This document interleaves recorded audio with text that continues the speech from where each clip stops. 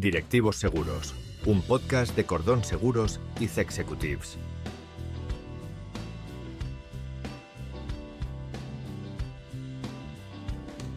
Cuando la tesorería aprieta y las decisiones pesan más que nunca, ¿el concurso de acreedores es realmente el final o puede ser el comienzo de una nueva etapa para tu empresa?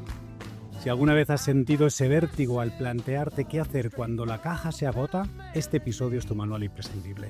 Porque nos acompaña Denise Ortigosa, abogada en el despacho La Casa Abogados, Palacio Partners, y como siempre aquí el compañero de podcast Fernando Cordón con toda su visión en lo que tiene que ver con gestionar muchos siniestros, muchas situaciones complejas y con esa visión siempre a vista de pájaro y con sus buenos consejos para estar seguros. ¿Qué tal, Denise? ¿Qué tal, Fernando? ¿Cómo estáis? Muy bien, gracias David. Gracias Denis por estar con nosotros. Muchas gracias, Fernando y David, por invitarme a participar en este podcast y estaré dispuesta a contestar a las preguntas que me formuléis para dar respuesta un poco a las personas, administradores, socios que se encuentren en situaciones concursales o preconcursales o tensiones de tesorería. Pues de verdad que expectantes de escucharte, seguro que también nuestros oyentes, porque el concurso de acreedores es la peor pesadilla que podemos tener cualquier empresario, ¿no? Enfrentarnos a ese momento de decir, igual tengo que cerrar mi empresa, igual tengo que entrar en concurso de acreedores y sobre todo si uno es el administrador, lo que ve que se le viene encima suele ser bastante complejo y tenerte aquí para que nos desmenuces, para que nos cuentes, para que nos des un manual de actuación a todos los administradores, pues de verdad que va a ser un programa de lujo, Denise. Vamos a ir muy directos al meollo de la cuestión. ¿Podrías explicarnos de manera clara y sencilla qué es exactamente un concurso de acreedores y cuál es su principal función en el ámbito empresarial? Sí, en primer lugar, me gustaría decir que no se debería ver el concurso como un enemigo, sino como algo para salir adelante o como una herramienta más para salir de la crisis en la que se pueda encontrar la sociedad en ese momento. Lo que viene a ser el concurso de acreedores es un procedimiento judicial que se debe instar cuando una sociedad o una persona física se encuentra en estado de insolvencia actual o inminente y no puede hacer frente a sus deudas. El objetivo fundamental de este tipo de procedimiento judicial es reestructurar la deuda para que la empresa pueda continuar con el negocio, bien a través de una propuesta de convenio con sus acreedores, evitando de esta manera la liquidación si es posible. Si no se logra un acuerdo con los acreedores, el procedimiento concursal busca una liquidación del patrimonio de la sociedad de forma ordenada y conforme a lo establecido en el texto refundido de la ley concursal. El concurso, además, vela por los acreedores y por los derechos de crédito que ostenta frente a la sociedad que solicita el concurso de acreedores.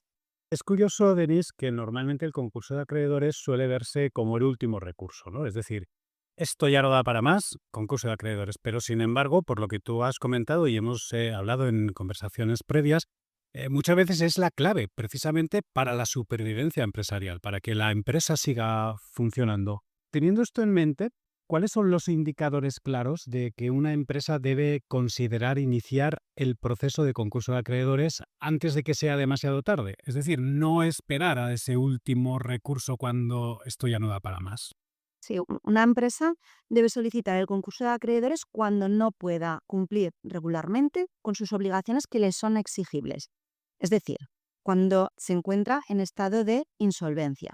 Los principales indicadores son el retraso en los pagos, la dificultad para obtener financiación, la existencia de ejecuciones de deuda, cese general de pagos y que no pueda hacer frente a sus obligaciones contractuales o bien con seguridad social, agencia tributaria, etc.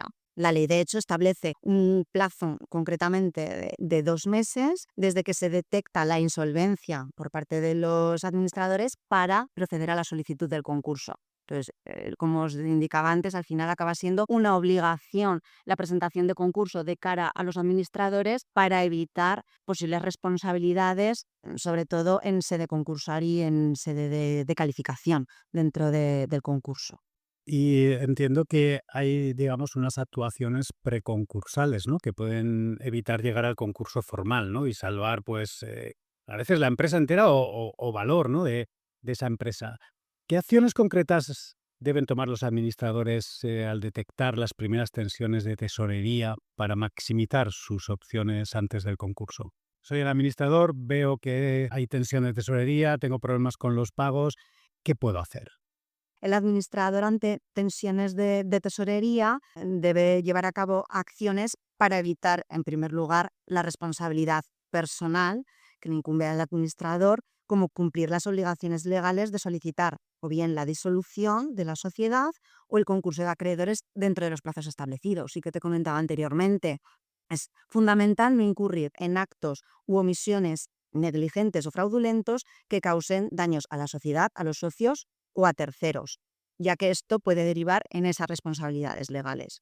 Una situación de causa de disolución concurre cuando una empresa se encuentra en una circunstancia que legal o estatutariamente requiere la disolución de la sociedad, como la pérdida del patrimonio neto que lo reduce a menos de la mitad del capital social, el cese de la actividad, la imposibilidad de lograr el fin social, entre otros. Ante esta situación, los administradores deben convocar la Junta General en el plazo de 2 meses que indicaba anteriormente para que tomen una decisión, como o bien la de acordar la disolución o llevar a cabo operaciones para solventar esa causa, como puede ser una ampliación de capital.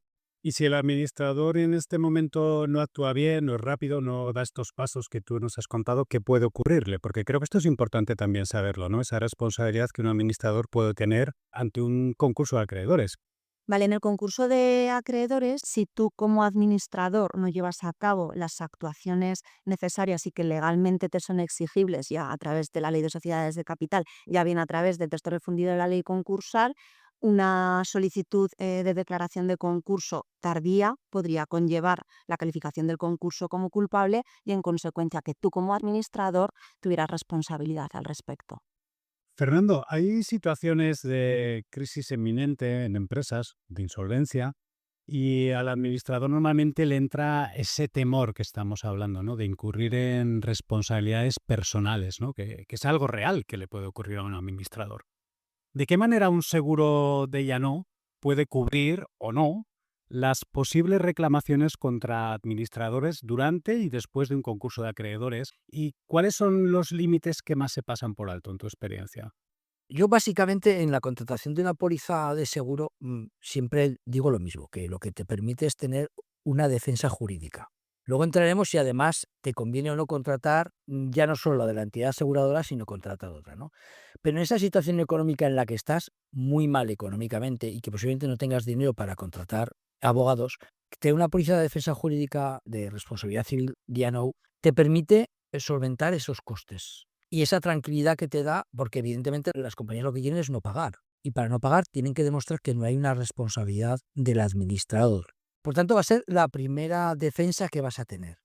Y luego, evidentemente, en función de la póliza que tengas contratada, vas a tener una defensa jurídica con unos límites de indemnización y una asunción de indemnizaciones por parte de la aseguradora. Pero para mí, lo primero es la tranquilidad de tener siempre un acompañante, como es una póliza de defensa jurídica del administrador, que además son muy económicas. Llegamos a ese momento en el que esto va para adelante. Denis, ¿cómo puede un administrador preparar y ejecutar una negociación efectiva con los acreedores y qué errores debería evitar para lograr acuerdos sostenibles? En primer lugar, y si se considera que de alguna manera se puede reestructurar la deuda de la sociedad para llevar a cabo negociaciones de una forma más tranquila por parte de la sociedad, del administrador de la sociedad, de los socios, se debería presentar ante el juzgado una comunicación previa de inicio de negociaciones para evitar, si es el caso, el inicio de ejecuciones por parte de algunos acreedores. De esta manera, tienes el plazo de 3 meses para negociar y al cuarto tendrías que presentar el concurso de acreedores. Si no has llegado a acuerdos, se debería presentar el concurso, como indicaba, al cuarto mes. También es posible que si estás en plena negociación con los acreedores para el plan de reestructuración y consigues recopilar el 50% de ese pasivo que apoye una prórroga a este periodo de negociaciones, se dispondrían incluso de 3 meses más para continuar con las negociaciones con proveedores. Pero al margen de esto, a mi modo de ver, una negociación con acreedores implica ser profesional y honesto, al presentar una propuesta de pago que sea realista y basada en las expectativas reales de la sociedad, buscando un acuerdo que sea aceptable tanto para el acreedor como para la sociedad.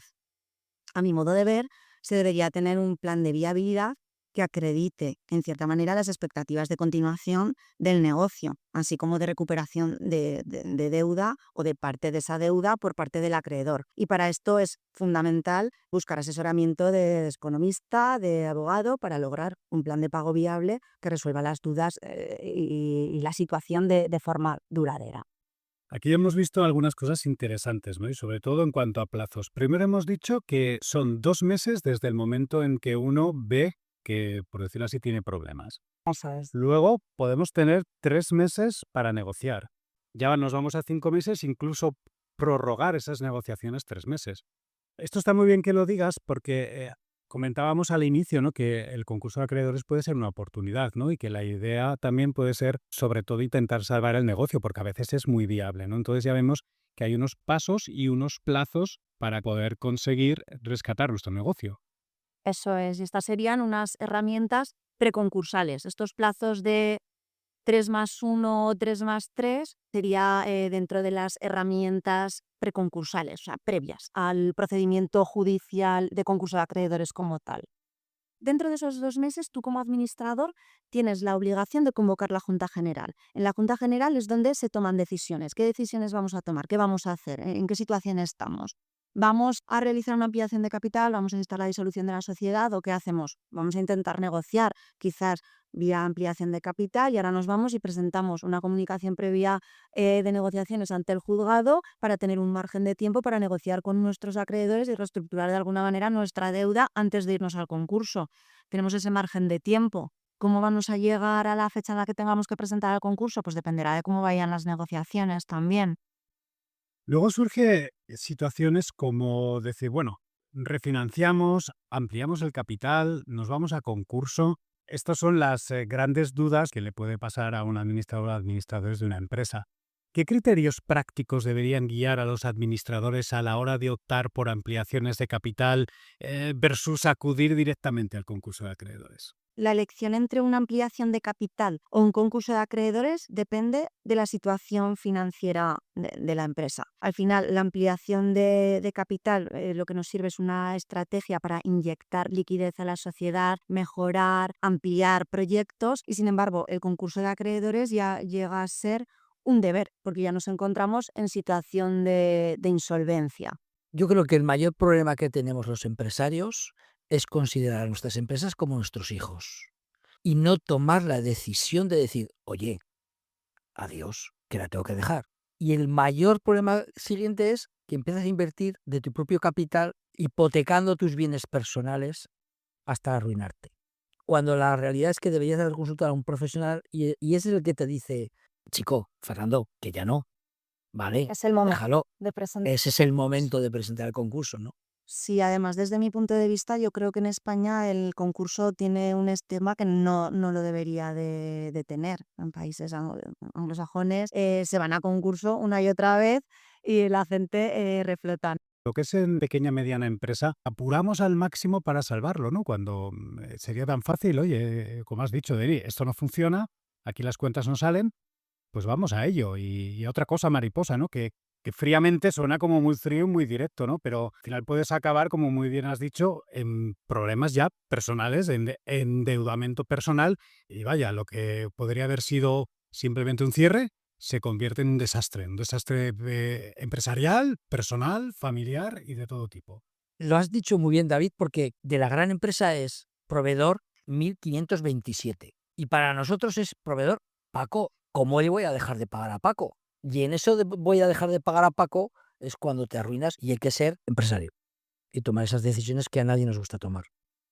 Ahora que hemos tocado ese punto tan, digamos ya, tan personal, ¿no? Tan del administrador, de la persona física, quiero aprovechar para preguntarte, Fernando, a la hora de un seguro de llano, un seguro que nos protege como administradores ante un suceso de este tipo y otros, desde tu experiencia, ¿cuáles son las coberturas imprescindibles que deberíamos de exigir los administradores, que yo también soy administrador de empresa, para estar realmente protegidos ante los escenarios habituales de insolvencia, responsabilidad concursal? Bueno, desde luego tener cubierta la responsabilidad concursal, la defensa jurídica, los peritajes correspondientes a ello y evidentemente todos aquellos gastos de emergencia, ¿no? Muchas de estas pólizas ya cubren la retroactividad, evidentemente la retributividad no en cuanto a que ya ha ocurrido el siniestro y lo ampare, ¿no? Sino que dice, bueno, yo contrato la póliza ahora, pero tengo una actividad de 12, 24, 36 meses o a lo mejor ilimitada, ¿no? El blindaje personal de la inhabitabilidad, ¿vale? Que, claro, igual te inhabilitan y tener una renta ahí que la aseguradora a lo mejor pueda pagar. Puede que sea lo de menos, pero bueno. Y luego, evidentemente, el ámbito de actuación de esa póliza de responsabilidad civil, hasta dónde llega, qué coberturas tiene, nacional, internacional, etcétera, ¿no? Yo creo que es básico. Siempre vamos a tener que declarar claramente nuestro negocio, vamos a tener que presentar en la mayoría de las veces las cuentas. Sí que es cierto que hay compañías que las consultas directamente y te ofrecen ya la póliza. Creo que es básicamente eso. Denis, me gustaría seguir profundizando un poquito en lo que estamos hablando, ¿no? Aunque ya has dado diferentes matices, pero bajo tu punto de vista, ¿cuáles son los factores clave que marcan la diferencia entre apostar por un convenio de continuidad, ¿vale? Vamos a intentar salir adelante, o decidirse directamente por la liquidación? Si a través de un plan de viabilidad realista se entiende que con unas quitas y unas esperas a los acreedores se puede mantener el negocio, entonces sin duda se plantearía un escenario de concurso de continuidad. Sin embargo, en el supuesto en el que esto no fuera posible, estaríamos ante un escenario de liquidación. Si bien dentro de la liquidación cabría la posibilidad de venta de unidad productiva a un tercero o bien la venta individualizada de los activos. Quizás un tercero que no tenga la carga de la deuda de la sociedad podría mantener ese negocio y continuarlo. Y si no, pues nos iríamos al escenario de liquidación y realización individualizada de activos. Si nos vamos a ese escenario tan temido por cualquier administrador, ¿qué prácticas específicas y qué documentación debemos de cuidar los administradores para evitar responsabilidades personales durante y después del concurso?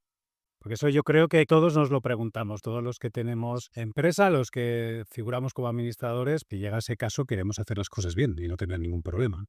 Sí, pues dentro del concurso y en fase de calificación, respecto a las responsabilidades de los administradores y de los socios, como supuestos especiales sería el lanzamiento de bienes en perjuicio de acreedores, simulación de situación patrimonial ficticia respecto de terceros, inexactitud grave de la documentación acompañada de la solicitud de concurso o incluso documentación falsa, incumplimiento en la llevanza de la contabilidad, que hubiera una doble contabilidad, una llevanza irregular relevante para la comprensión de la situación patrimonial de la sociedad y financiera.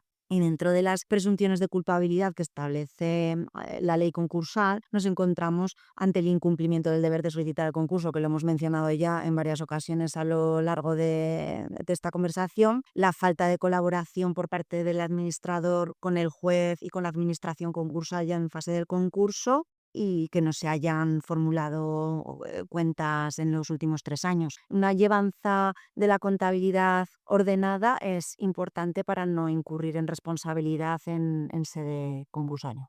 En un supuesto de un administrador que realmente está haciendo todo esto que has comentado bien, que está facilitándolo todo, tiene todo ordenado, entiendo que aún así, por desconocimiento, se pueden cometer errores. ¿Cuáles son los errores más habituales que tú observas al gestionar un concurso de acreedores? ¿Y cómo podemos evitarlo un administrador normal, vamos a decir, ¿no? Que simplemente la empresa no funciona y queremos hacer las cosas bien? Sí, lo que más observo es que por parte de los clientes muchas veces no se utilizan esas herramientas previas al concurso. Y una vez que el concurso se presenta ya no hay posibilidad de continuidad, que esto lo hemos comentado también anteriormente. Y además del estigma que para muchos supone la presentación del concurso. A mi modo de ver, el empresario debería ver el concurso como una herramienta más para salir de la crisis y solicitarlo en un escenario en el que todavía haya opciones de recuperación y no nos tengamos que ir directamente a la liquidación. Por tu experiencia, ¿qué mayor porcentaje de culpa o no en los concursos? Es decir, que la mayoría de los casos nuestros clientes obtienen calificaciones fortuitas dentro del concurso. Y yo también trabajo a través de otros compañeros del despacho como administración concursal. Entonces ahí vemos también muchas empresas que llegan y que lo han hecho muy mal y que al final te lleva a que tengas que declarar el concurso como culpable.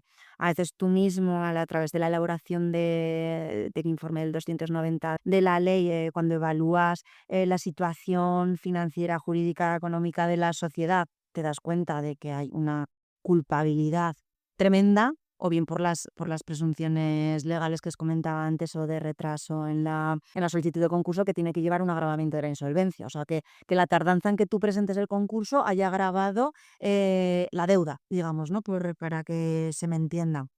O tema de contabilidad irregular, o mala llevanza de la contabilidad, o que no refleje la imagen fiel de la sociedad. Entonces no te sabría dar un porcentaje, pero he visto muchos casos de culpabilidad y que al final, como personas afectadas por la misma, acaban siendo, en la mayoría de los casos, los administradores, obviamente, más que los socios.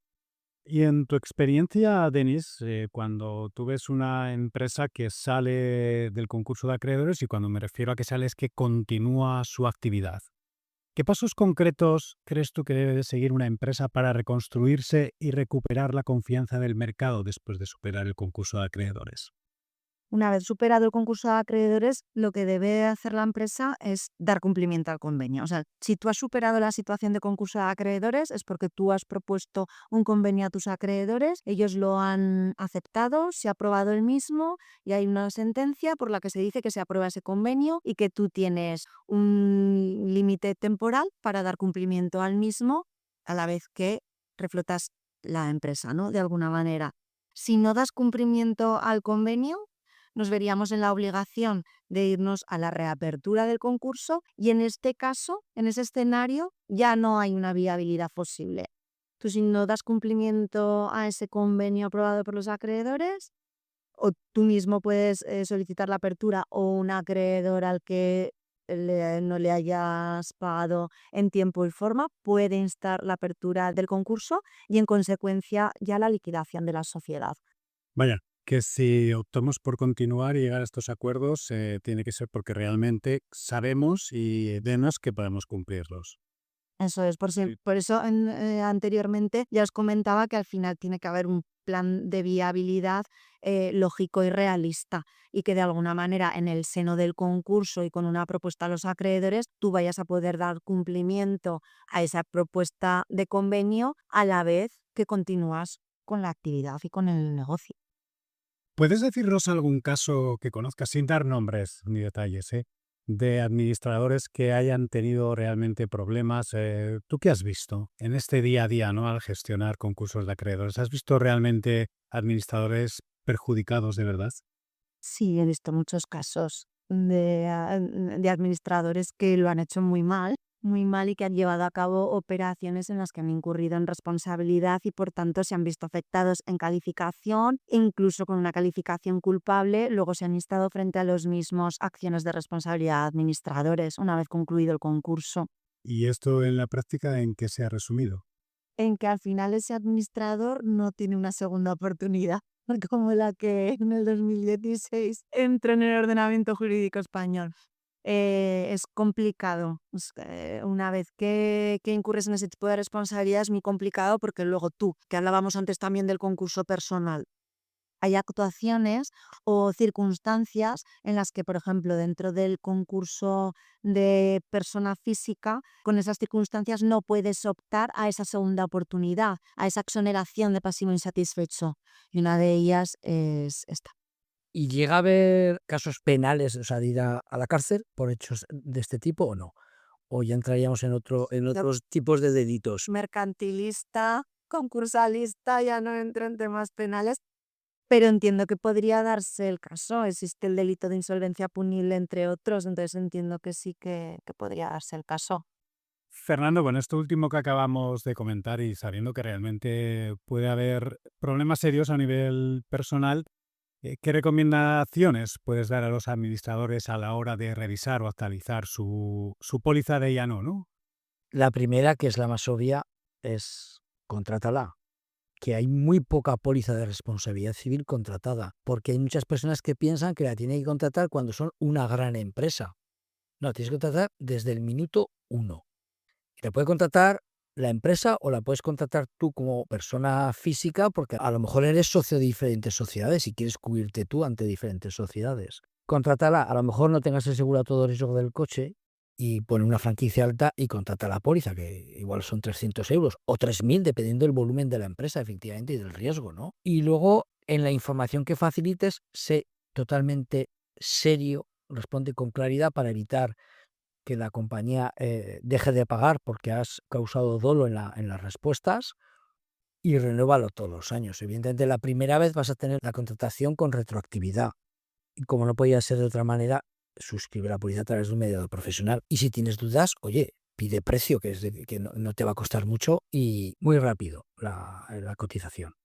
Para finalizar, si tuvierais que dar una única recomendación para quienes afrontan un concurso de acreedores, ¿qué le diríais?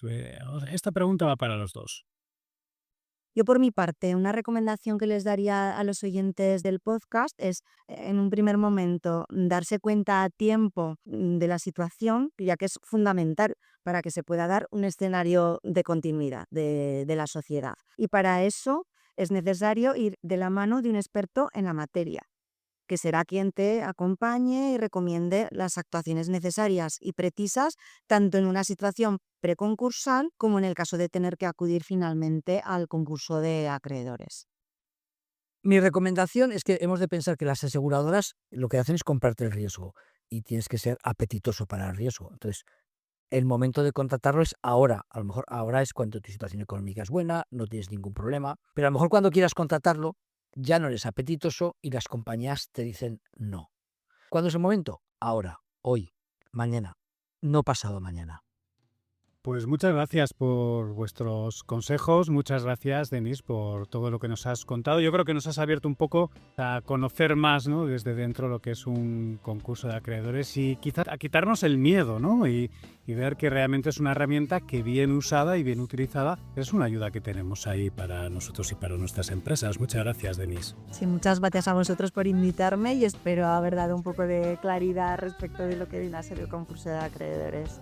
Muchas gracias, Denise, ha sido un placer. Gracias, David, gracias a los oyentes. Hasta aquí este episodio de Directivos Seguros. Esperamos que toda esta información haya ayudado a conocer un poco más lo que es el concurso de acreedores. Los consejos de Denise y de Fernando son muy aplicables y seguro que ambos están completamente dispuestos. Si en algún momento necesitas más información, a que contactes con ellos. Nos escuchamos en el próximo episodio de Directivos Seguros.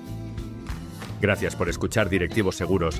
Puedes escuchar todos los episodios en cordonseguros.es, en cexecutives.net y en las principales plataformas de podcasting.